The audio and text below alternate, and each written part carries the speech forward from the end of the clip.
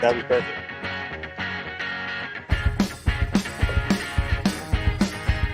Gabba Gabba, hey, Drunken Cock fans. This is Hickory, the Drunken Underwhelming from the Drunken Under Quarantine Show. And we're here to announce that you have found and stumbled upon our show. We're very happy to have you. If you found this on podcast platforms, you will be sorely disappointed in the magic entertainment. However, the video will be uploaded to YouTube and Facebook. Remember, this show is an adult show. It contains adult content. Have fun. Stay safe. Stay drunk. Stay underwhelming.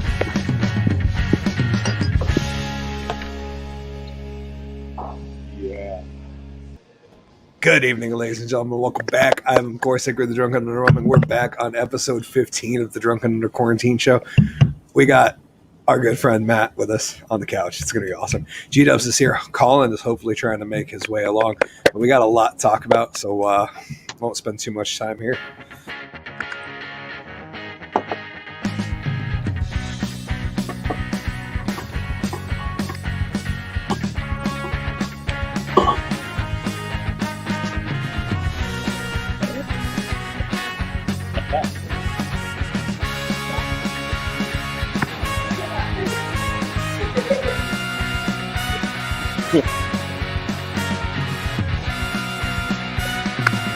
Are you saying you want to show me your tits? This is a weird show. That's like a cool intro now. Good evening, ladies and gentlemen. Welcome back. Episode 15 of the Drunken Under Quarantine Show, presented to you by the Woolen Comedy Club. I'm here tonight with GW Foley. Collen should be here shortly. Of course, feel free to make fun of him as you'd like. We got a lot to talk about. We're going to catch up with Matt, talking about how New York, both as a state and a city, are doing now that their noble leader is gone. We're going to talk about a flight attendant duct taping a man to a seat. We're going to talk about those damned Australian kids acting like kids again. We're going to talk about a really awesome Babylon Bee article that came out. And unfortunately, Sumo Guy has been canceled from the Olympics.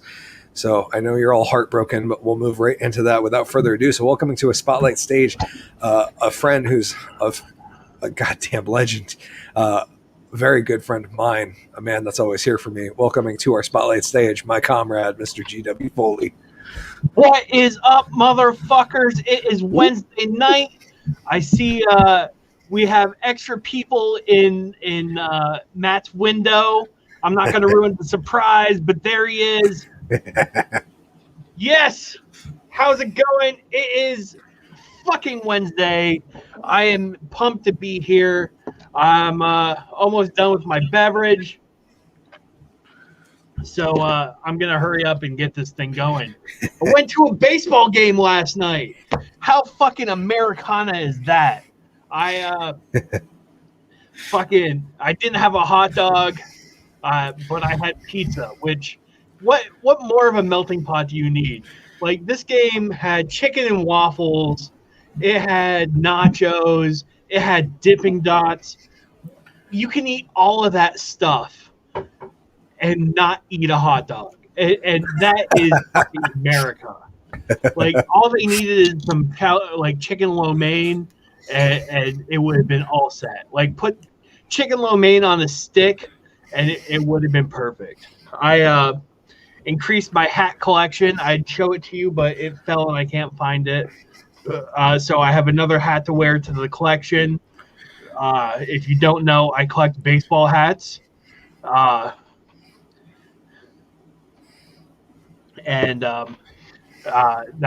a thing of mine. I love baseball hats, I love hoodies, and I love sneakers. Something that I will always buy new, never used, because I don't want some sweaty guy's shit all over me. Like that's the worst thing about being a dude my size is, like, no matter what I do, I'm always sweaty. It could be the middle of fucking winter, and like I could be sweating my fucking balls off. It's absolutely fucking ridiculous. It was a fun time. I hung out with my brother and his family, which I don't get to see them that very often. So when I do, it's always a special thing. The one thing that I realized was I thought my littlest nephew was retarded. Turns out he's not. He was just very little and couldn't speak English properly. I didn't realize that. It's been like 2 years since I've seen him, and like he can actually talk. And I was just really surprised. I was like, you're cool to hang out with now. Like before, I thought you were kind of obnoxious, but now you're my ride or die, man. Like you're my homie. You're my ace. So, little tragic news. My dog, Oscar, who is occasional guest of the show, has something called sundowner syndrome.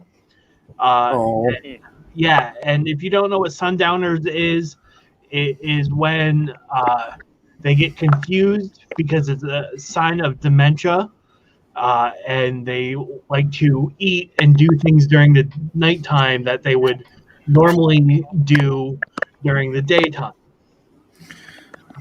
So one of the things that we have to do is we have to make sure he's awake during the day so he sleeps at night, which leads to the problem of my afternoon naps.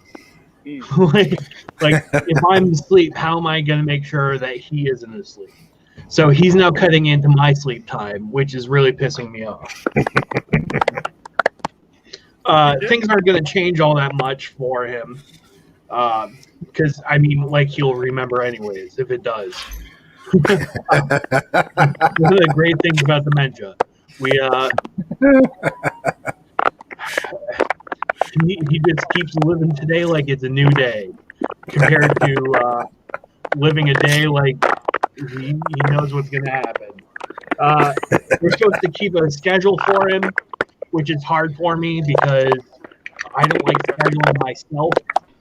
So when I schedule, I have to keep shit with him in mind. So it doesn't take away from his day. And we have things that we have to do at certain times, which makes me realize this is why I never wanted children. This is why I got the vasectomy.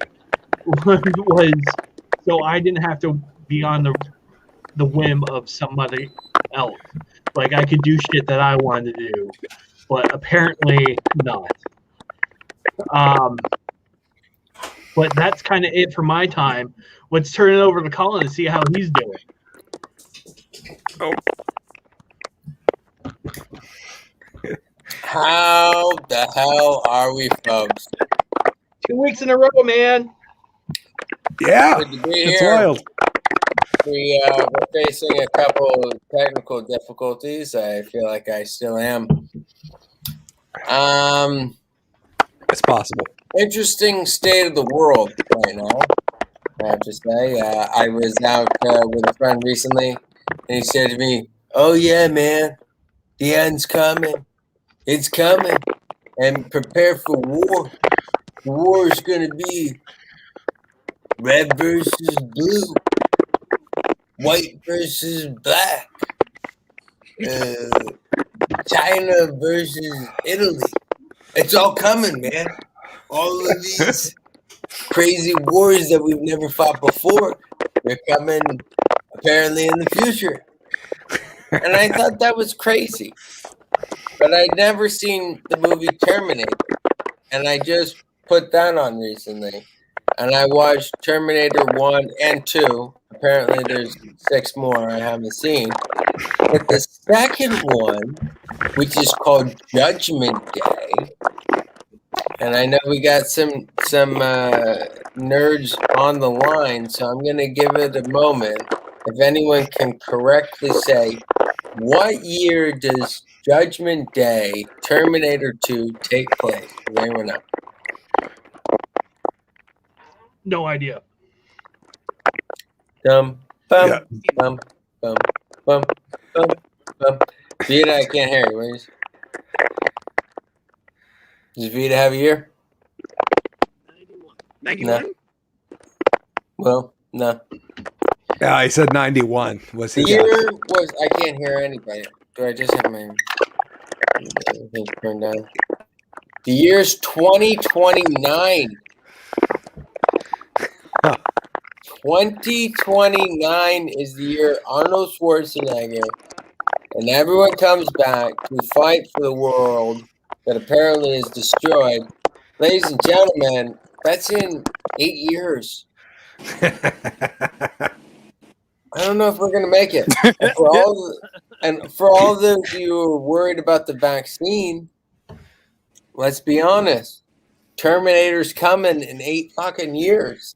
I don't think it's a worrisome thing. I just have to point out how unbelievably insane it is that the governor of Florida and Texas have decided to make a ban on wearing masks, even if you want to, if you're a teacher or a student in Florida or Texas. I think you know that your stance is a little insane when you have a body of, let's say, 48 other states that are like, don't do this, and you have 2 that are like, yeah, we're gonna do it anyhow. I kind of see what the other 48 fucking people are doing, but the 2 of us, we kind of got our own plan that we're gonna do.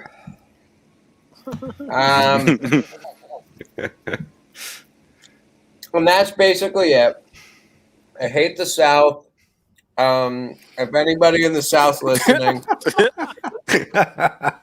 I'm eating some Ben and Jerry's ice cream, and it's so good. It's so good because it's from the North, and that's really what that is. Because I hear the South saying they're more free than we are. Florida, Texas, we're more free than the North. But guess what, South? I can bring a loaded, concealed pistol to my gay friend's wedding while smoking a joint. And that's completely legal here. So I'm just going to keep eating my ice cream and believing I'm substantially more free than you are in Pensacola. So that's how my week's going. I'm going to kick it over to the director of this show, Hickory, the drunk and underwhelming. How we doing? Oh, very good, sir. Director. Good Lord. I got a promotion since last week. We're going from drunk magician to director. Shit. Vita, watch out. I'm coming for you. I actually don't have anything prepared as well. I have been known to be called underwhelming before. And I actually lost internet for like, how long was that, G-Dubs? Like 15 minutes? It was like 5. Okay, it just felt like forever. Yeah. My internet went down literally like 5 minutes before the show went on. And so my done a little last minute running around trying to make the internet work and not being focused on making sure I had a deck of cards easily available, which I don't. So fortunately, that moves us right along to the feature section of the show. And I'm not going to ruin the surprise if you guys are just listening, because I don't want to steal that from our special guest this evening. So welcoming to our spotlight stage, without further ado, a man of many talents, a guy who looks phenomenal with an axe in his hands and a Carhartt one piece, but also looks just as comfortable in a cutoff tank top on top of a building in New York City telling jokes. So who knows where you see him, but welcoming to our spotlight stage is where you will see him next. Welcoming up there, please welcome Mr. Matt Vita with his very special guest. Woo. Yeah. Oh, what up? That's right. It's me, Matt Vita, and the one and only Will Babora. Too far. Yeah, dude, we're coming live and direct from the Kenny Golf Course. We just shot 9. How'd you guys do? You're on a show, man. Did you get a good 9 or what? Hell yeah.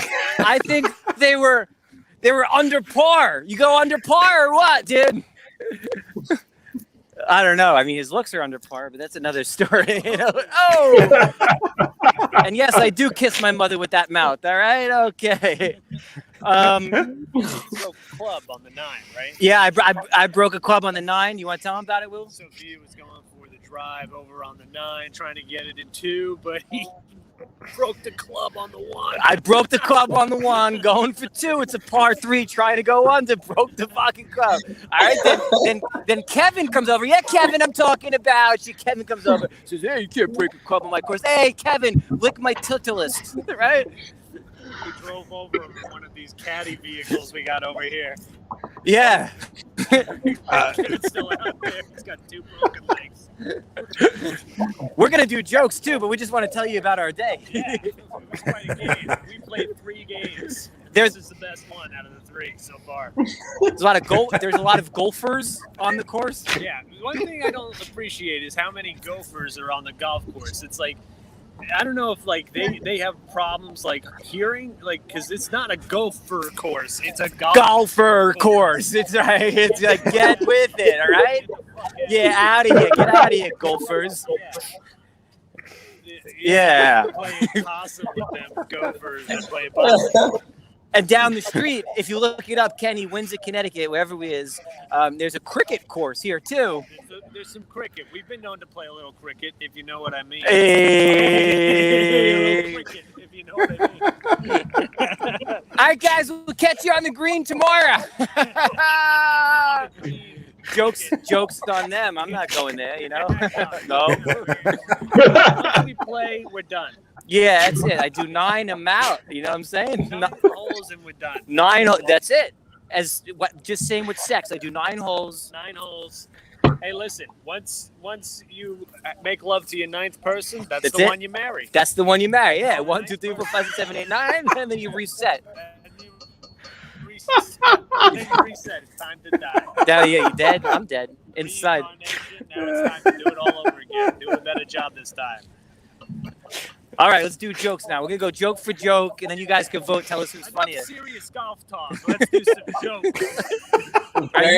You first. So serious. I go first?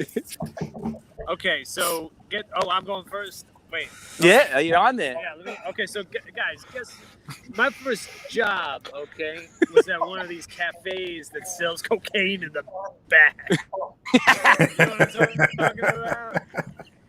And they fired me for being too slow. I'm like, yeah, for you. That's my opener. All right. Okay, my turn. All right. Guys, I'm going to come out and say it. It's 2021. I'm coming live and direct from the Kenny Golf Course. I'm thinking about buying some followers. All right? Not on social media, though, more like what Jesus did, you know? Right? Like, I feel like I kind of got the Jesus look going. Like I look like Jesus if instead of turning water into wine, he turned wine into regret. You know, like I ain't never gotten nailed to a cross, but I have been getting hammered at Kenny Golf Course.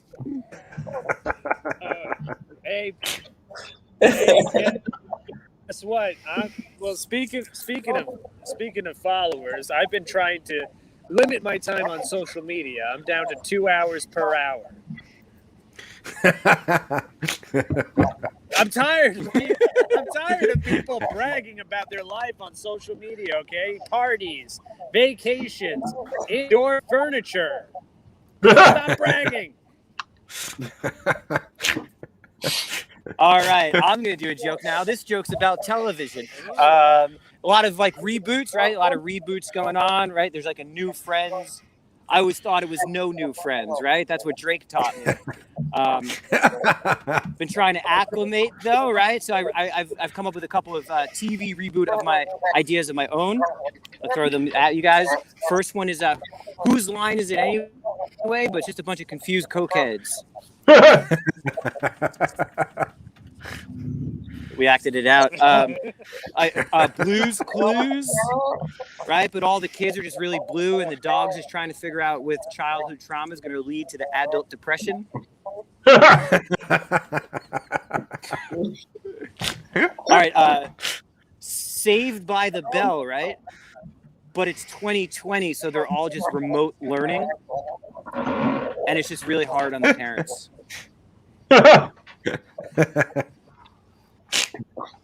Right? But I don't know. I'm still working on that last punchline, but like that must have been really hard in 2020 for anyone that was like a school-age person, right? Like I like particularly feel bad for all the school shooters.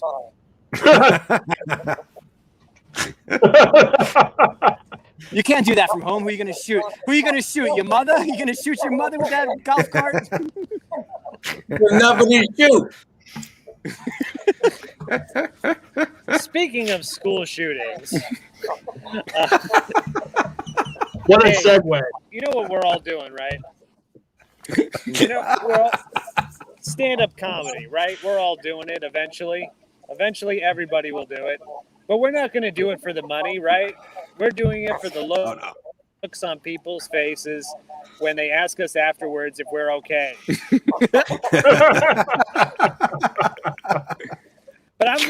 But stand-up isn't secure enough for me. I need a more safe profession. Movie star.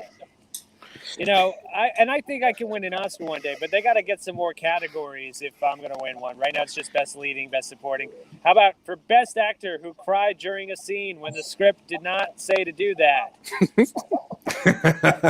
There's just a lot of lights and people around you and you freaked out.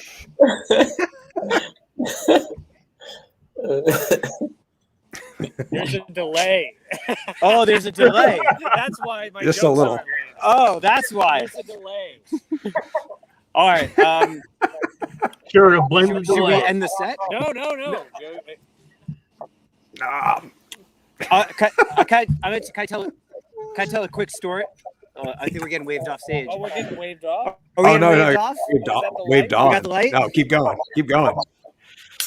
You have all the time you'd like. Cool. All right. So, awesome. I'll get to tell a quick story. Hold the putt for us. Hold the boys. putt, Donnie. Hold the putt putt. for us, boys. Hold the putt, boys. These fucking assholes. Yeah, really. God. Oh man. So I want to tell this story. This is not a joke, for real. It's just a story. I was at the coffee shop in Brooklyn, and the barista was wearing the shirt. It was the Friends logo, and it said "No New Friends." Right? I thought it was like a really cool shirt. And I started telling him about, like, I was like, man, that's a really cool shirt. Like, I'm a stand-up. I'm working on this joke. I mentioned No New Friends. Like, love your shirt. So I go back the next day, and like, I was like, hey man, like, I thought about it overnight. Like, I want to buy your shirt. Okay. I want to buy your shirt, the one you were wearing yesterday. Like, I know this is a lot for me to throw on you emotionally. So dude, mull it over. You know, I'll be back tomorrow. Let me know what's up. True story. So I go back the next day, and he's all giddy when I walk in there, and he's like, update on the shirt. I'm like, all right, what's up? He's like, oh, I was telling this other regular that you wanted to buy my shirt, and he's like, I want to buy it too. So now there's a bidding war. So he shows me, because this coffee place takes Venmo. He shows me the other customer's Venmo, and he left a $3 tip, and said the shirt's now $50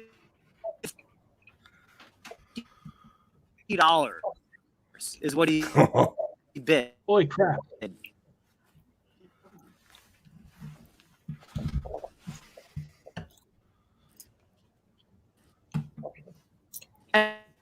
And we're just kind of Oh, is this me? fucked up because, No. like, first of all, Oh, it's Vita. Colin, you still okay? throw a $3 tip in my face. I didn't hear any of that joke. That's a lot. You know, I'm doing $1, so it's like you're kind of a tip on top of everything It's else. running very, very smoothly for something that's lagging so much. So Oh, there went Vita. Oh, well, you know, We'll never know made what it. happened to the t-shirt. That's right. We made it that far. I guess that's the part where I say, okay, guys, we made it to the jarring part of the show.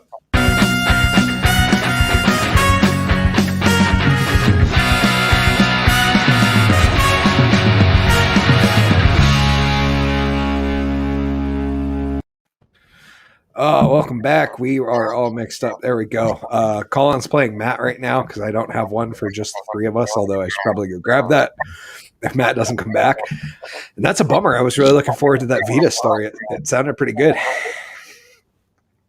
You know, this is what happens when you're on the road. Sometimes you're teeing off. Sometimes you're wearing a white suit. Oh, here we go. Your head between your knees. Ladies and gentlemen, Matt Vita. Ooh. Welcome back, sir. Wow. I There don't know he what is. happened, man. I think someone shot a golf ball at our internet or something. Fucking golf balls at the Instagram. I don't understand, man. Did you guys hear my story? Should I finish the story? There's a So good we got to ending the part story. where the guy pulled out his phone and he looked at you and he showed the other customer's tip for $3. Yeah, That's so where you so were. the other customer tipped for $3, which is kind of fucked up because I'm tipping $1, and I feel like there's a little part of him that was like, "Hey, man, you could tip $3," and there's a little part of me that's like, the coffee's $3. That's a lot, man. You know? But anyway, so on the tip, he also wrote like the price of the shirt's now $50. So I got his Instagram handle. And I DM'd him, and now I don't want to pay $60 for the shirt, but I do want to keep this like little like neighborhood game going. So I was like, all right, dude, $60 is the new bid to the shirt. And I like mentioned that I'm a stand-up, and I mentioned my bit, yada yada yada. So he DMs me back, and he's like, oh, you're trying to play the pity card. Oh, He's like, the price just doubled. He says $120 for the shirt, $120. Jesus. God Yeah, damn. so I was actually in the car with my buddy when this happened, and I'm telling him this whole thing, and my buddy's like, dude, he's like, hold on a second. So long story short, my buddy Google searches and finds the same exact shirt for sale online for $20. So I bought the fucking shirt online for $20. And I DM this guy back. I'm like, all right, man, you win 120. You win. I was like, the only thing you have to let me do is, as a congratulations for winning the neighborhood bidding war, let me buy you a cup of coffee. So he said, yeah. So long story short, next week I'm going to show up to the coffee shop wearing the fucking shirt, and he's going to be forced to pay the barista $120, and I'm going to buy him a coffee.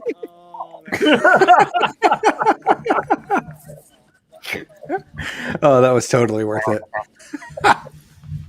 You know what's funny? As soon as So it went to that's my little $120, I looked at my phone and I'm like, I gotta find this T-shirt. And, yeah. I thought you were going to say you were ready to join the bidding war, GW. Oh fuck no! I'm too cheap for that. And I'm sure the shirt wouldn't fit anyways. Is this for charity? Oh, okay. Yeah, well, I guess Charity's my girlfriend. Oh, it's time to go back to the talk show portion of the show. Matt and Will, thank you guys for joining us. We appreciate it. It's nice to have people reporting live from the course. Of course. I hope you guys did well. I hope you had a low scoring game. The beautiful assistant's trying to tell me to have a we did low really volume good, game, high but score. yeah. really good at high score games. We got some comments in. Check it out. Jason P says, The perfect 300. Jason P. Mercy, everyone gets a shirt. And then Jacob Butler commented in and said, hey, Matt Vita. So yeah, thank you guys for joining us. This is a good one. Yeah. Oh, and there he's gone again. But I figured this is a perfect opportunity to. I was going to ask Matt, but Collen, since you're here, it's a good question. Ask what's going on with New York City now that you guys no longer have a governor. Well, that's a good question, Hickory. Currently, is governorless. New York is doing what we can without the guidance of a sexual predator. It must be very hard. It's been a big change. Because there's obviously less sexual predatorness out there to governor us. But the city and the state seems to be finding its way. I found this really great headline earlier just to sum it up, the situation. Basically, the Daily Beast said Cuomo goes down like he rules with lies, excuses, and insults. And is basically, he may have won the Emmy, but he lost the war. Wow. What kills me about this whole situation is we're now in a situation where a prominent Beavis for governor. I agree, Jason. He probably would have done a better job. Because there, I guess the good part is if you had Beavis for governor, there wouldn't have been a shortage on TP. No, that's true. Welcome back, gentlemen. We were just discussing the fine point that if Beavis were the New York governor, there would have been no TP shortage. But I was just asking Colin, and I figured we'll get your opinion on this too. Yeah, G-dubs. Matt and Will, now that you guys live in a governorless state, how have things changed for you? No laws. No laws. It's anarchy, baby. We didn't even have a reservation at this golf course. We just played.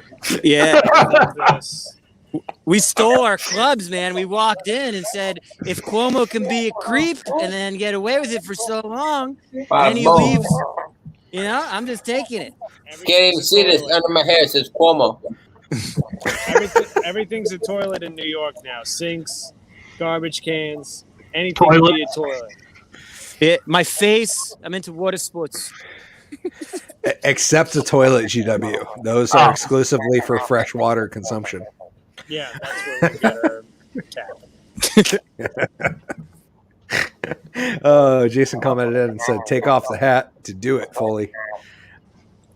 Oh, no, he was saying, like, when you do your Beavis impression. Oh, okay. Hold on. Here we go. I'm going for it. This is Foley.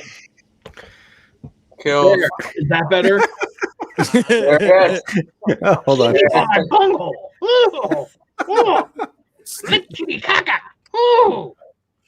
All right.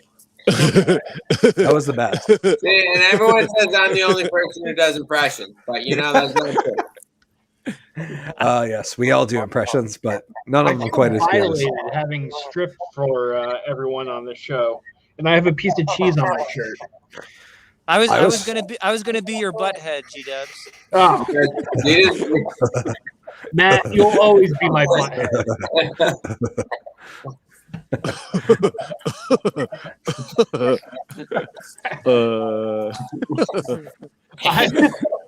Literally right now, I am surrounded by people doing butthead.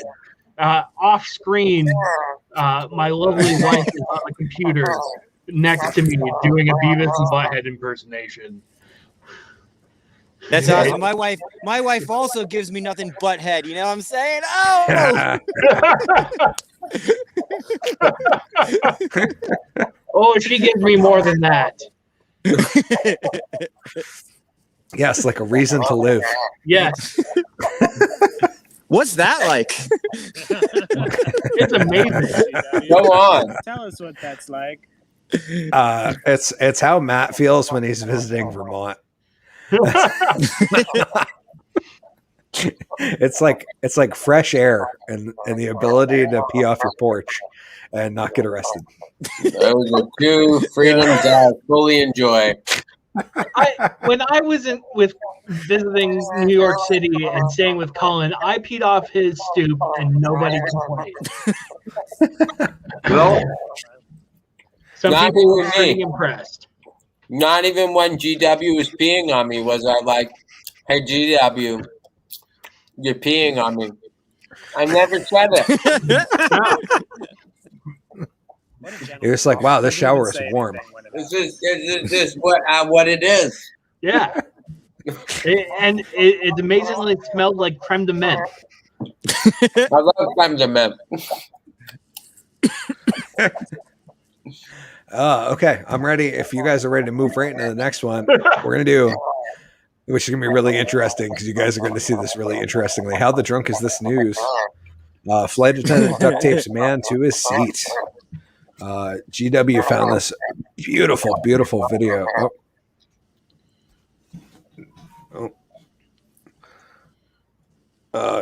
Sorry. It almost started autoplay. Here we go. Boom.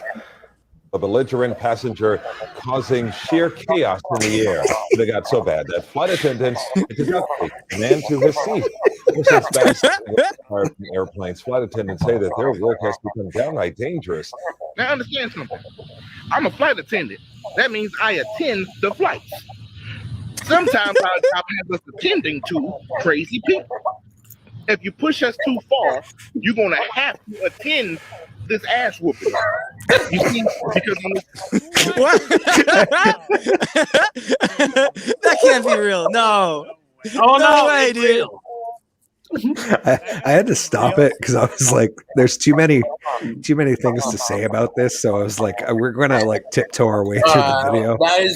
That man is my spirit animal right there. I'm not going to ruin it. But I will say it gets better.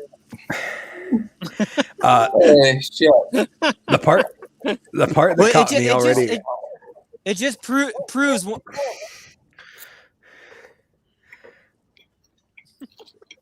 It proves what? Yeah, I was hanging on a thread there. Oh, sorry, I was on a delay. No, it proves once and again that if you can't duck it, fuck it. You know what I'm saying? That's an old well New said. York phrase. We That my grandmother used to say that. that is exactly it. And I love how they address this shit with duct tape.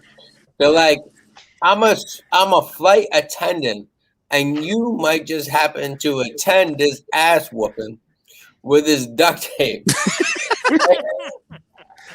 I love that attitude. That is my spirit animal. This guy's phenomenal. What's crazy to me is that the fact that this guy, his Instagram and YouTube are the real spark. I'm wondering if he's a superhero. Like, and that's a legitimate question. That's not like me being funny. Like, this guy might be I a want to superhero. know. I want to know. I want to know if he got into a Twitter handle beef with the LA Sparks. I mean, my Twitter handle would be biggest fucking flight attendant you've ever seen. That would be my hashtag. Okay, let's see how she goes here. This particular flight, I'm sitting in the jump seat and I'm just looking at him act a damn fool. He's spitting and cussing and going crazy. I say, that's enough. I got up and I walked over there. And by the way, this man smelled like a pack of Marlboro cigarettes, 4 shots of Everclear alcohol, and regret. So And regrets. I have always wondered, what exactly does regret smell like? It smells like Marlboro cigarettes. Oh, Jason with the win says the person should be glad it was just duct tape. Yeah.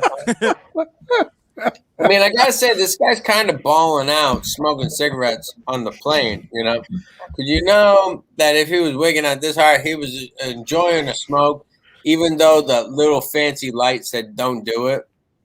You know? I mean, they were smoking in the fuselage. You know that.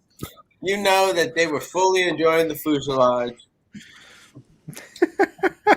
And we continue. no, something's about to go down. At this point, he touching all over my coworker's breast. And when he fucked up it is when he touched my titties. I just had to pause and say I agree. That was where they crossed the line. Exactly. No doubt. I mean, you can't just be up in there trying to cop a feel from Alfredo. Because I don't play that.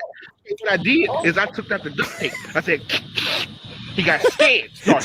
Dude, his vocal ability right there, we have to go back. That was too good. Like, his sounds were like too accurate. You know what I mean? Don't play that. So what I did is I took out the duct tape. I said, He nailed it. He got scared, start stuttering, say, hold up, wait a minute, something ain't lit. I said, yeah, we about to mummify your ass now, boy. So we wrapped him up. That one gets me every single time. Dude, I love this guy a lot. That's what you gotta do. I'm going to be reaching out to him after the show to see if we can get this guy on. Dude, get him on, man. This will be phenomenal. We'll let you want special. to mummify my ass. Maybe that'll be his segment for the show. Is we'll take clips from his interview and then we'll intersplice it, and the B-roll will just be him tying Vita to a chair with a roll of duct tape. I'm in. This is gonna be the best show ever. The amount of crazy people. The president you ever see. He won't be coming on no more Frontier flights at all. I don't know. I don't know about that. Oh boy.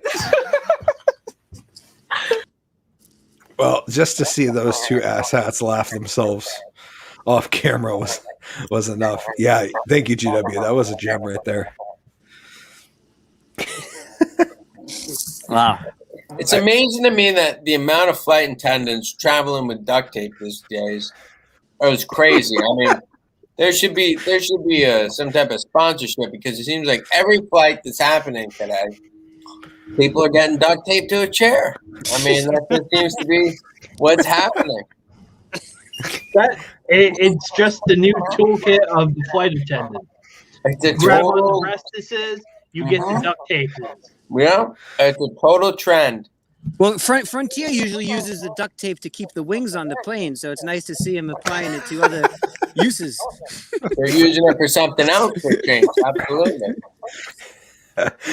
Speaking of alternative uses, moving right to the next subject, these Australian kids were acting like Australian kids at the Olympics. Isn't it crazy?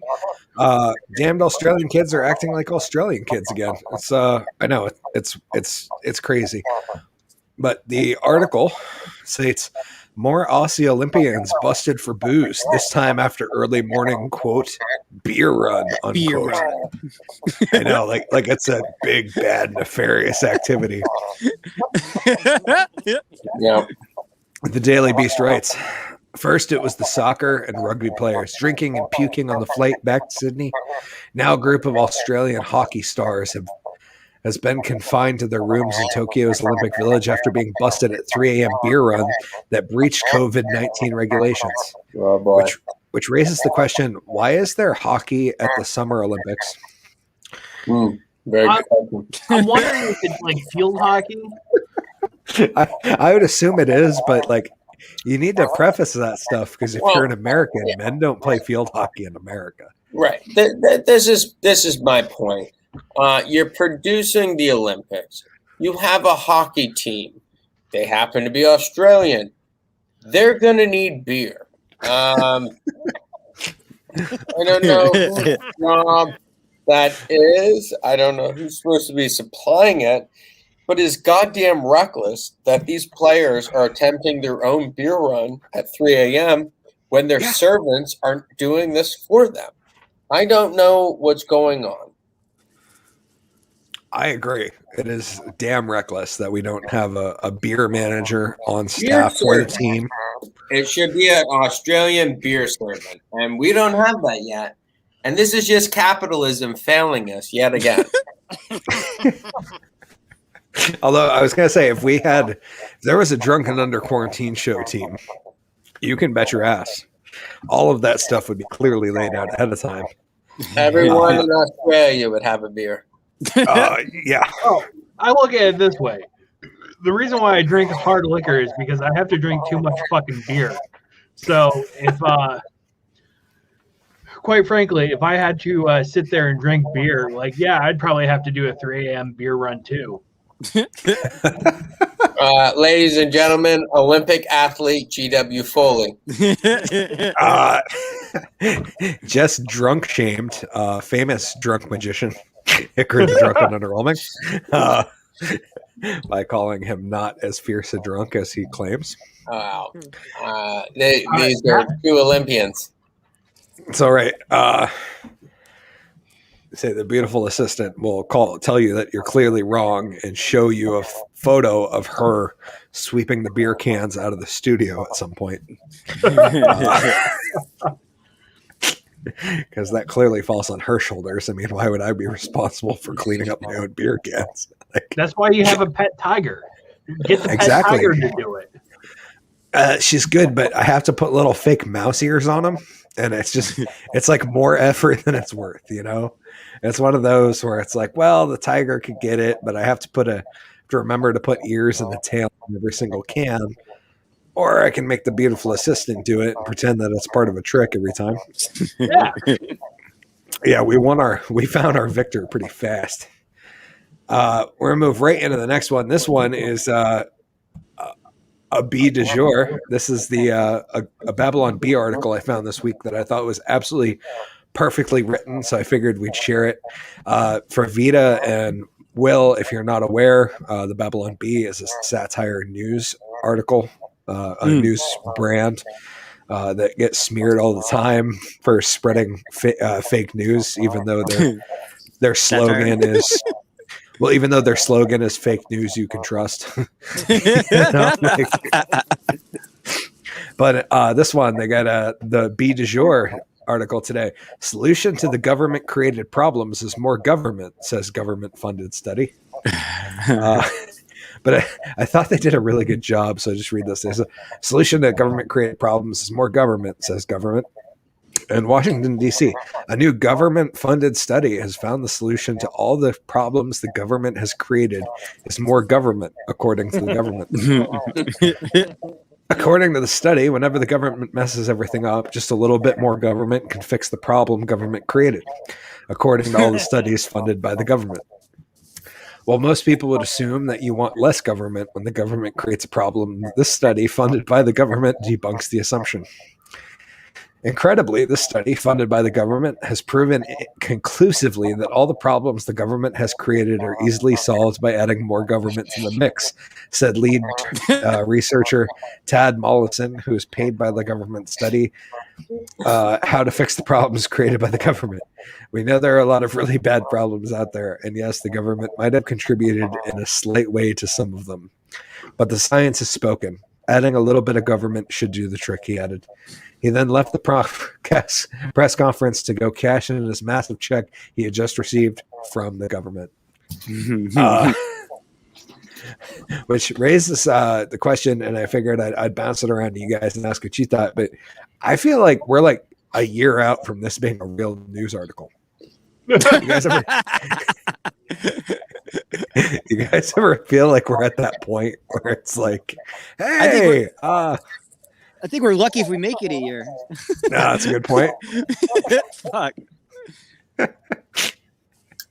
It's just like, hey, the science says, it's like the other version of this is like a prominent scientist at Stafford debunks the other 99.999% of scientists by saying, like, what I don't understand is the same people who think that the government is trying to give vaccines that kill them, take their guns and enslave them, are flying the American flag.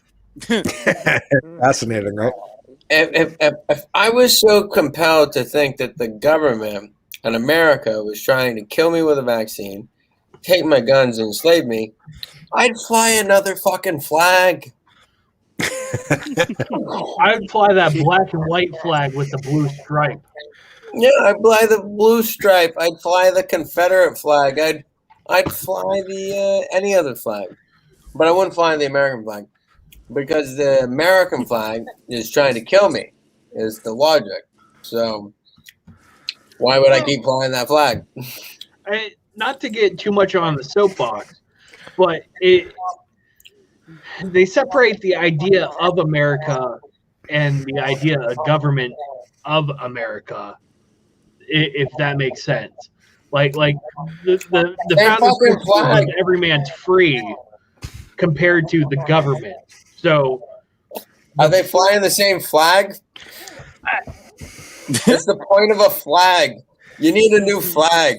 You can't say I am also the government, but I'm also trying to kill everybody. But I love the government, which it stands for, but not in the way it's suppressing people. You need a new flag. The anarchist flag was a good one. The communist flag was a good one.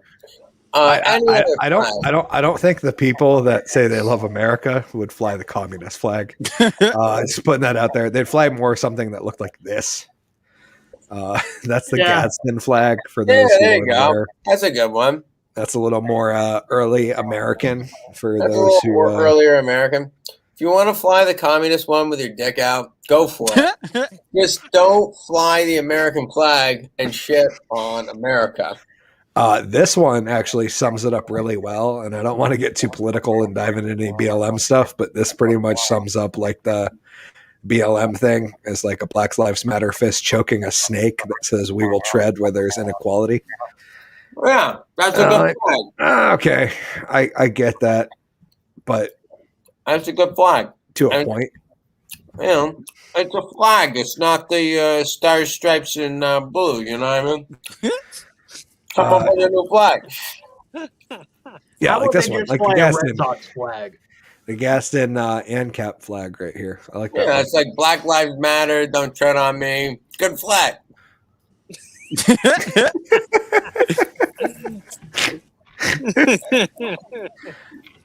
flag. Yeah, not a bad flag. It's a good flag. Yeah. No flags, and that's a good one. I like when people sometimes take the underpants, like you as a goof. Like I'll take Will's underpants and then fly that as a flag. You know what I'm saying? Put it up. Will wakes up.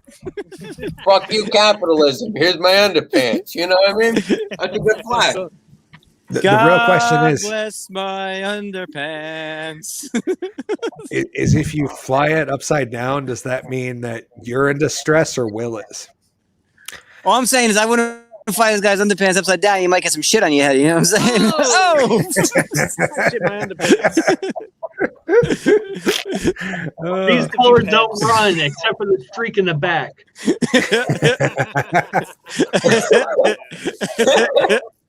Oh, that's going to be the next Drunken Under Quarantine show shirt.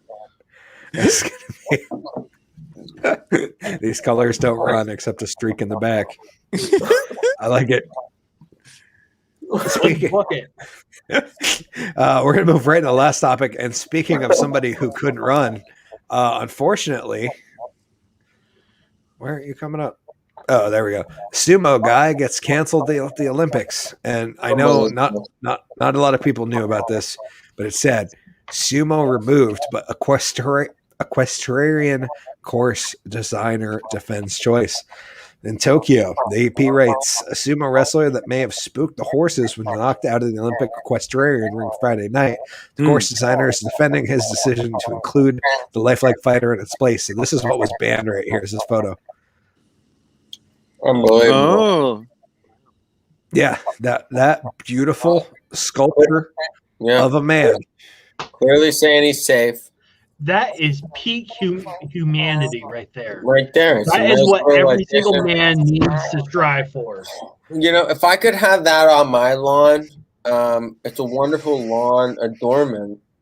And I don't know where that would be considered as confusing or distracting from the equestrian jump. I think it would be great in the front yard of the comedy club. I think that'd be a nice little keep. Yeah, or maybe put my magician's hat on top of him or something. I don't know. Yeah, absolutely. Sorry, what were you thinking, G-Dubs? I'm just thinking, I wish I could dress like that on a daily basis. You could. You could. And that I'm no afraid shirt, no if I shoes got the thing. squirts, what would happen? we need a little man bun or something like that and some type of diaper to wrap you in. But I think this is a nice compromise from a summer to fall attire right there. It's cool. It's going to keep you nice and agreeable temperature. People can pick me up by it. It could be a good option. People would have to pick you up before they could pick you up by your your strap there, GW. That's hey, that's part of the game in sumo life. That's fair. The statue and a nearby patch of cherry trees the riders thought might be startling the animals during the individual jumping event were among the obstacles swapped out for the start of team competition.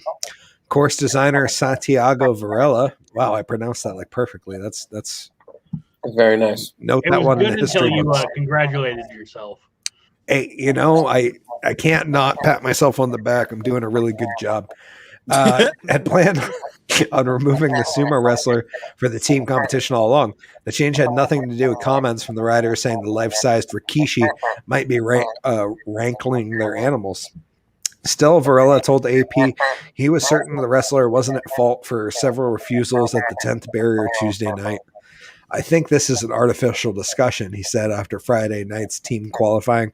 I believe that someone goes to the media to say things that are not true directly and simply. Horses have jumped very well in the area.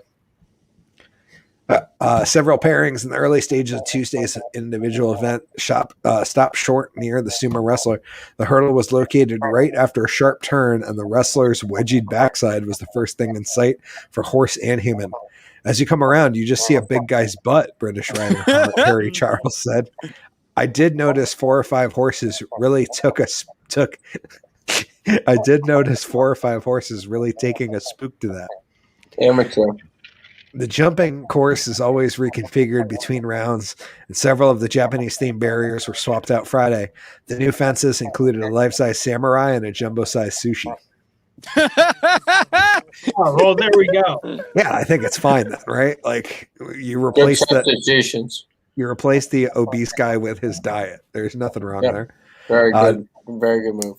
Despite the minor drama, jumpers have been overwhelmingly complimentary to Varela's design. Vivid and potentially distracting fences are a trademark of Olympic jumping venues.